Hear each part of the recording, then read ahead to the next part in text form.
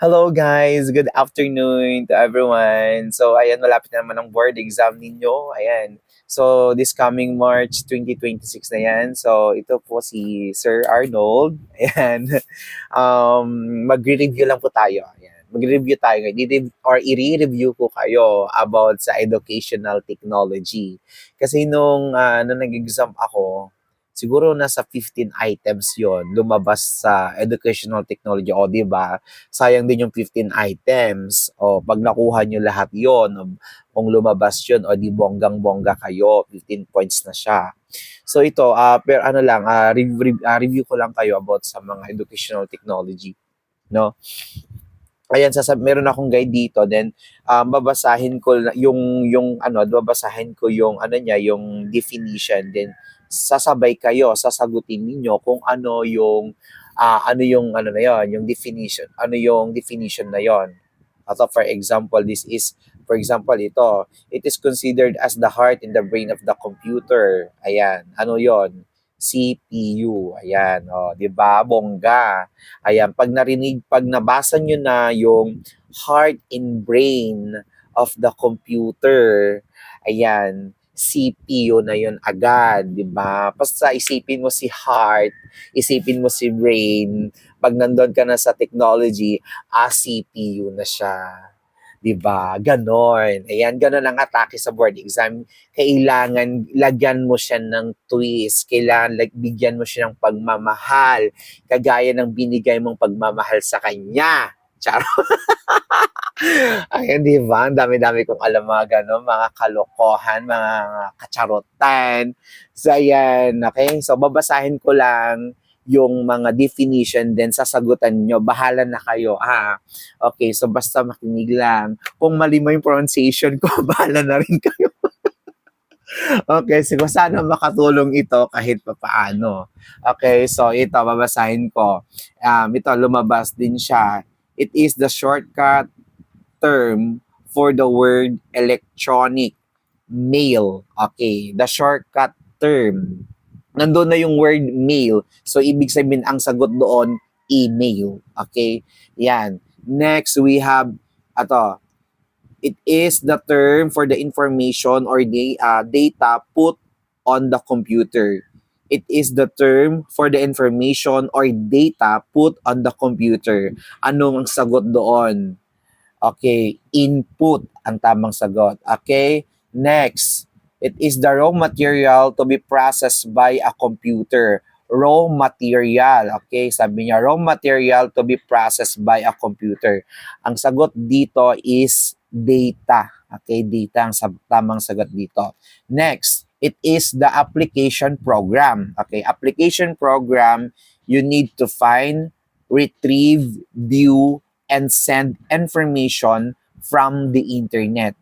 It is the application program you need to find, retrieve, view, and send information from the internet. Okay, the correct answer here is web browser. Okay, web browser. Next, we have dito. First, it is the application program which allows you. Okay, it is the application program which allows you to create, organize, and analyze the data. So, ang sagot dito is uh, Miss Excel. Ayan. So, Miss Excel ang tamang or MS Excel ang tamang sagot dito. Next, it is the conceptualization, planning. Ayan. Pag nakita mo siya, nabasa mo, conceptualization, planning, modeling, execution of electronic media, content delivery via internet, ang tamang sagot dito is web design. Kasi nga 'di ba meron na siyang conceptualization, ayan, meron na siyang word planning, modeling, ayan. Web design na ang tamang sagot doon. Okay, next we have here it is the distinctive sign which is used to distinguish the products or services of different business. It is the distinctive sign which is used to distinguish the products of services of different business. Okay, ang tamang sagot dito guys is trademark. Ayan, trademark. Okay, next, ano naman dito? It is a device which serve as the intermediary. Ayan, intermediary between the computer and the phone system. Okay, it is a device which serve as the intermediary. Ayan. Pag nakita nyo si intermediary, search nyo na lang kung ano ibig sabihin nun. Okay, between the computer and the phone system. Okay, so modem ang tamang sagot doon, guys. Okay, huwag nyo kakalimutan yon. Kasi hindi natin alam mamaya lalabas ito sa board exam, di ba? Tapos magtatap pa kayo, di congratulations na yan. Okay, so next, dito tayo. Dito naman tayo sa ating susunod na mga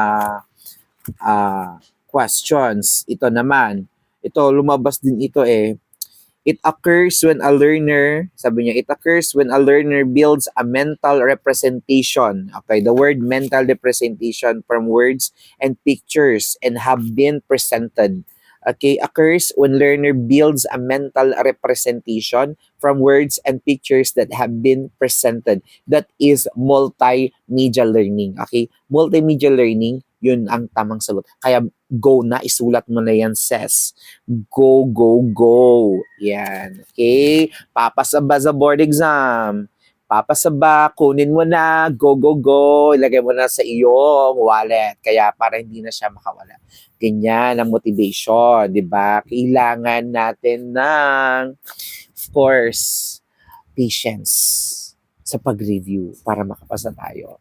Ganon. Kahit na 75 na yan, okay lang yan. At least pasado ka. Diba? Okay, so ayan, next na tayo. Continue na natin. Okay, ano ang ibig sabihin? Ayan, minsan nagpapaganito sila eh. Okay, pero ano yung ibig sabihin ng M-O-O-C-C? Ayan. M-O-O-C. And, yes, isang silang. Ayan, M-O-O-C. Ayan, ano ibig sabihin ng M-O-O-C? It stands for massive. O is open. Another O is online course. Massive open online course. What is M-O-O-C?